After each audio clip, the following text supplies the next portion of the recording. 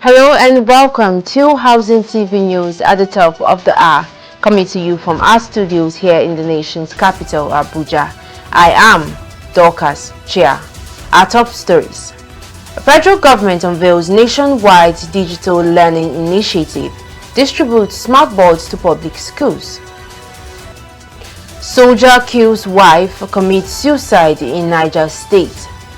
Wike flags off construction of official quarters for FCC judges.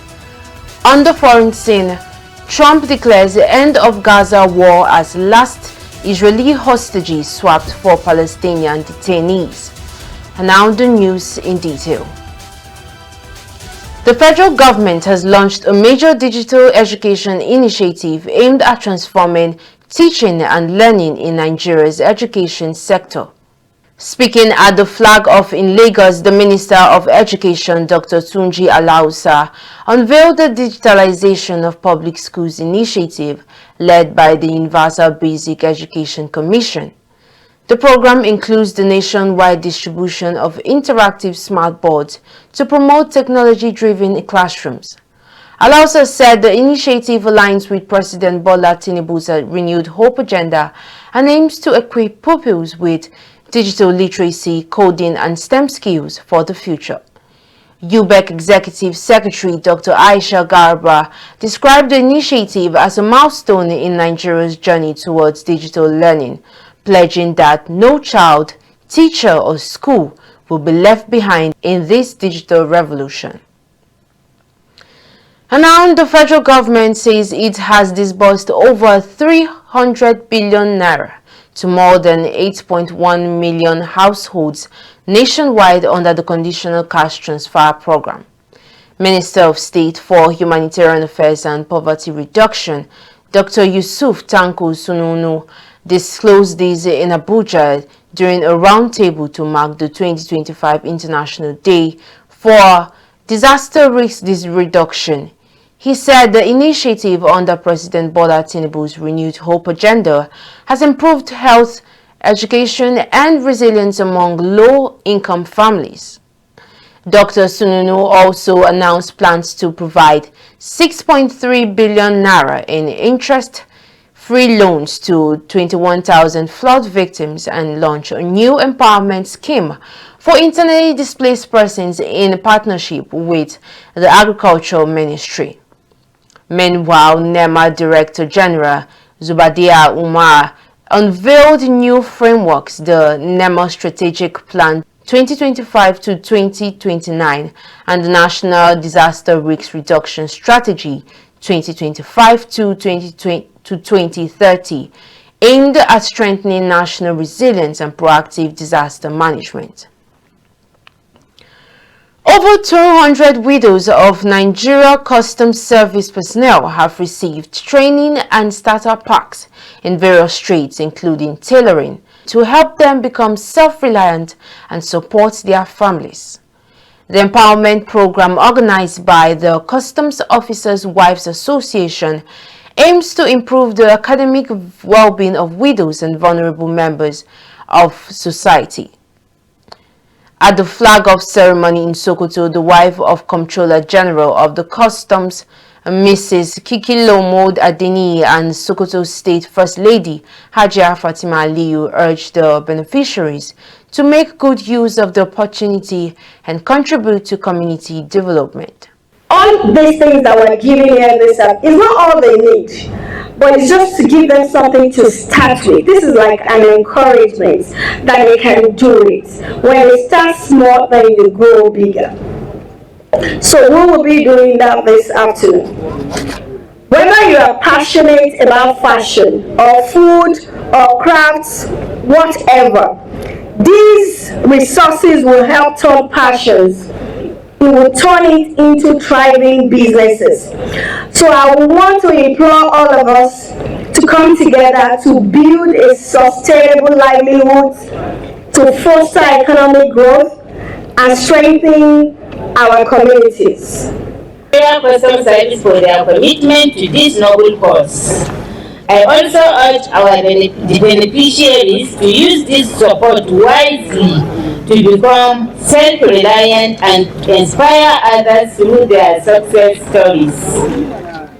In Sokoto State, this administration is doing a lot to empower the vulnerable groups through various programs such as Amadu Care and Skills Acquisitions Program.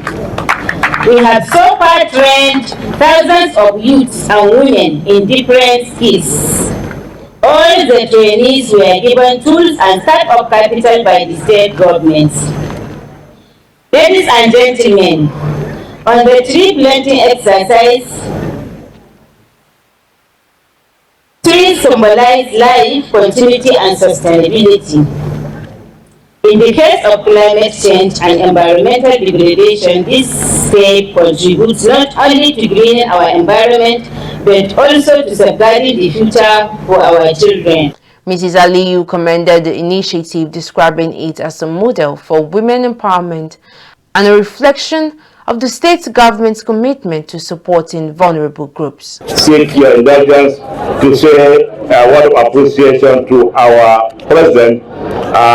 She has been up and doing in seeing to the fact that she does what she knows best to do, and that is impacting lives of the widows and the vulnerable of the society. The society, no longer mental, has been very impactful to our teeming populace, particularly those who are the underprivileged. We say a big thank you and more grace to your elbow, as they say. Because of the constraint of time, I will want to commend the leadership of National President and members of the association for their dedication. No words can be enough to express our appreciation to you for holding the fort while we go in search of the means of livelihood and in search of revenue to keep the nation going, and of course in the fight against the devils of smuggling, trade in small arms and light weapons, and other evil society. And now the Deputy Governor of Ekiti State, Monisa Adeafuye, has called on residents to continue supporting President Bola Ahmed Tinubu and Governor Biodun Oyebanji for the success of their administrations. She made the appeal in Ikere, Ekiti during a sensitization program organized by the Renewed Hope Grassroots Engagement Team to enlighten citizens on federal policies and achievements. Thank him for allowing women to participate in this regime.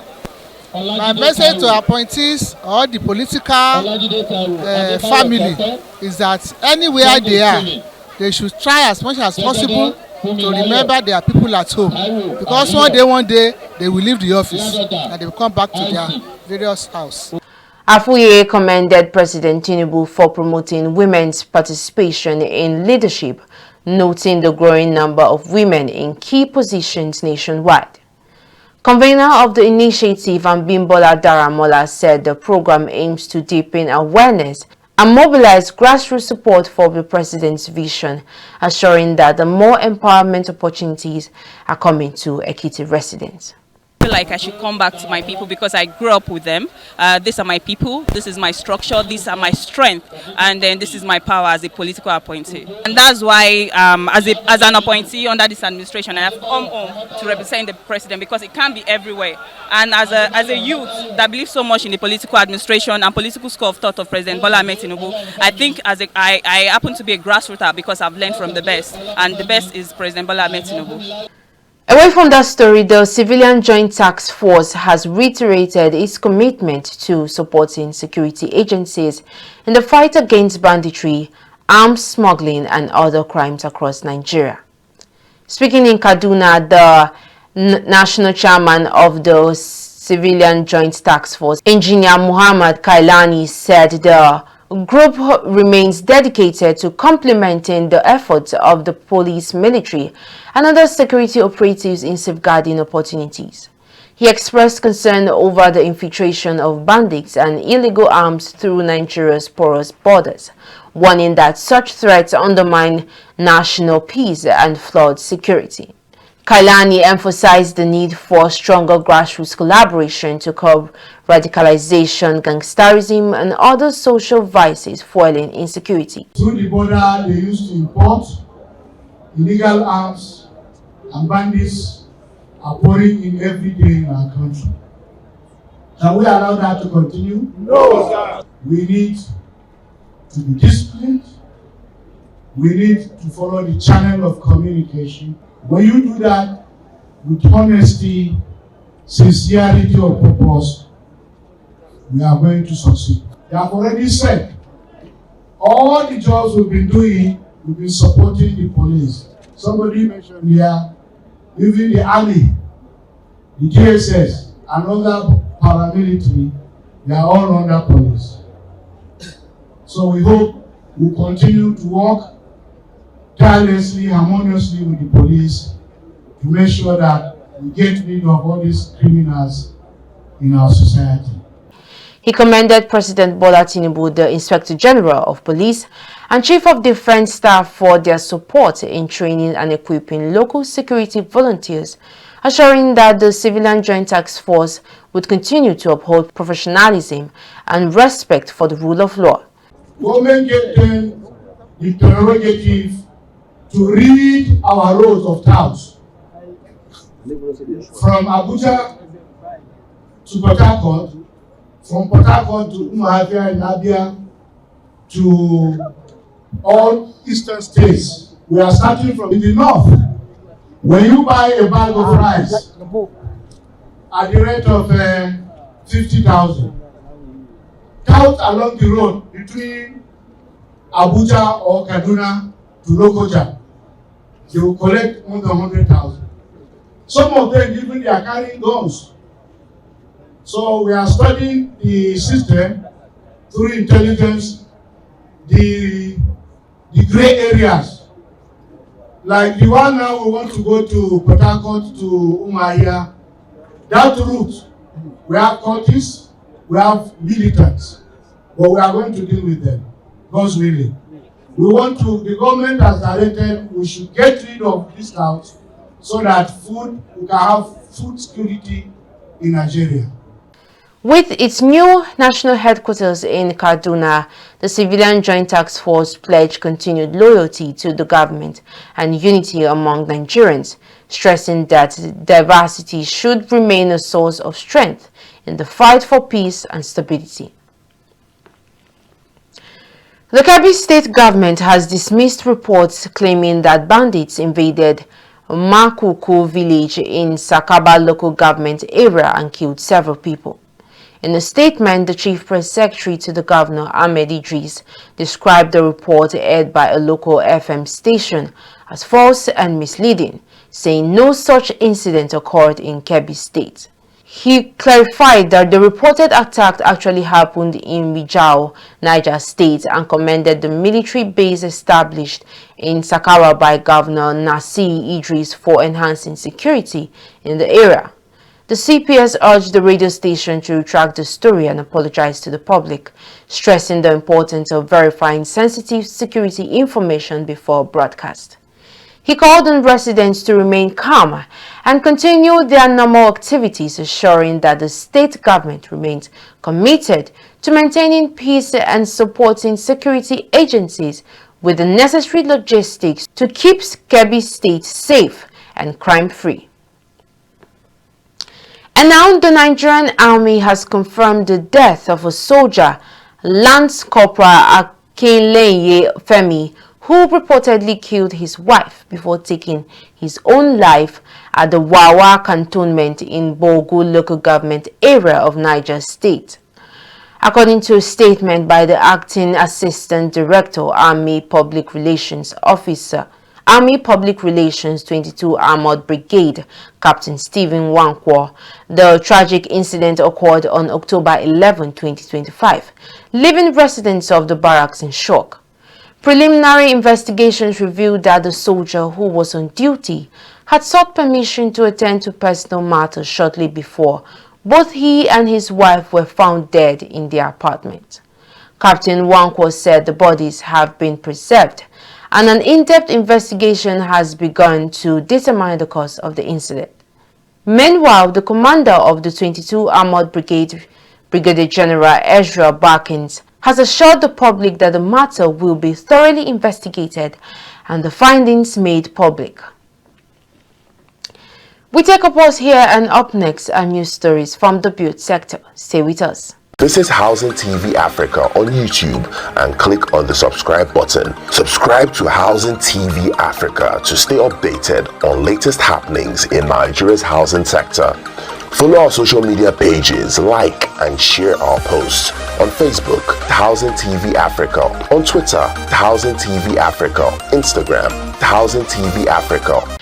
Welcome back. Glad to have you join us on Housing TV News at the top of the hour. Now to the beat sector. Minister of the Federal Capital Territory, Nyesom Wike, has assured that by the end of President Bola Tinubu's first term in office, no judge of the FCT High Court will live in a rented apartment. Wike gave the assurance during the flag off of new official residencies for heads of courts in the FCT. He said President Tinubu has directed that the welfare of judicial officers be treated as a top priority. The minister explained that the policy approved by the president also allow heads of courts to retain their official homes after retirement as a mark of honor for their service. Attorney General of the Federation and Minister of Justice Lateef Fagbemi commended the initiative, describing it as a boost to judicial independence and institutional integrity. He said the project will enhance judges' welfare, improve security, and reduce corruption within the judiciary. And now, the Housing Development Advocacy Network has called on the Minister of the Federal Capital Territory, Nyesom Wike, to stop the allocation and conversion of designated green areas in Abuja. The group warned that turning parks, gardens, and buffer zones into residential or commercial plots violates the Abuja Master Plan and threatens environmental sustainability. HDAN's Executive Director Festus Adebayo said green areas help cool the city, improve air quality, reduce flooding, and provide recreational spaces. He cautioned that Abuja risks losing its livability and environmental balance if the trend continues. The group cited ongoing encroachments in Guzape, Maitama, Wuse, Katankpe, and Kado, linking them to flooding, boosting sewer lines, and worsening air quality. HDAN urged the Federal Capital Territory Minister to enforce the master plan, audit all green zones, and collaborate with urban planners and environmentalists to preserve the city's ecosystem. He stressed that protecting green spaces is vital for Abuja's future and public well-being. And over to Edo State, the state is witnessing a new wave of infrastructure development under Governor Monday Okpebholo. After years of neglect, major road and bridge projects are now underway across the state. In less than a year in office, the governor has prioritized road construction, with the new flyover at Adeswa Junction on Sapele Road standing out as a key achievement. The project aims to ease traffic congestion in Benin City and improve urban mobility. Residents say the development is restoring confidence in governance, boosting business activities, and attracting investors to the state. Local contractors and artisans are also benefiting through job opportunities created by ongoing projects. Governor Okpebholo says his administration is focused on results, not excuses, determined to make a visible progress that enhances daily life and strengthens Edo's economy. Edo State, he insists, is now open for businesses and on the move. And now over to sports updates. Bafana coach Hugo Bros says he is counting on divine intervention as South Africa seeks qualification for the 2026 FIFA World Cup in North America. South Africa must defeat Rwanda and hopes that Nigeria beats Benin in Tuesday's crucial Group C encounter in Uyo. Bafana currently sits second in the group with 15 points, 2 behind leaders Benin. Speaking at a press conference, Bruce urged his players to stay focused and play their best game, admitting that their fate partly depends on the outcome in Nigeria. A successful qualification would see South Africa return to the World Cup for the first time since hosting the tournament in 2010. And now Nigeria's Esther Oyema has won 2 gold medals in the women's 55 kg category at the ongoing World Powerlifting Championships in Cairo, Egypt, propelling Nigeria to second place on the medals table. Oyema lifted an impressive 125 kg to claim her first World Championship title in 11 years, marking a remarkable comeback to international competition. Nigeria now has 6 medals, 4 gold, 1 silver, and 1 bronze, trailing only host Egypt. Rita Ferdinand also secured 2 gold medals in the 79 kg category, while Esther Nwogwu won silver and Opeyemi Ajiboye claimed bronze, both in the 50 kg event. The team's performance reinforces Nigeria's dominance in powerlifting as the country continues to make history at the first World Championship ever hosted on African soil. And on the foreign scene, Hamas on Monday released the last surviving Israeli hostages from Gaza under a ceasefire deal that also saw Israel free nearly 2,000 Palestinian detainees. The exchange marks the formal end of the 2-year war between Israel and Hamas, announced by U.S. President Donald Trump. In Tel Aviv, thousands gathered at Hostage Square to celebrate the safe return of 20 hostages, while in Gaza, families wept with joy as the buses brought home released detainees. Later in Egypt, Trump and President Abdel Fattah al-Sisi hosted a summit in Sharm el-Sheikh with over 20 world leaders to discuss Gaza's reconstruction and full governance. Israel and Hamas did not attend, but Trump hailed the ceasefire as the greatest deal of them all, pledging global cooperation to sustain the peace. And that's the much we can take on Housing TV News at the top of the hour. But before we go, a recap of our top stories. Federal government unveils nationwide digital learning initiative and distributes smart boards to public schools. Soldier kills wives and commits suicide in Niger State. Wike flags off construction of official quarters for FCT judges. And on the foreign scene, Trump declares the end of Gaza war as last Israeli hostages swapped for Palestinian detainees. For more news in the housing sector, do well to subscribe to our YouTube channel, Housing TV Africa. You can follow us on all social media platforms and download the Housing TV mobile app on your Google Play Store and Apple Store. Many thanks for watching. I am Dorcas Chia. Bye for now.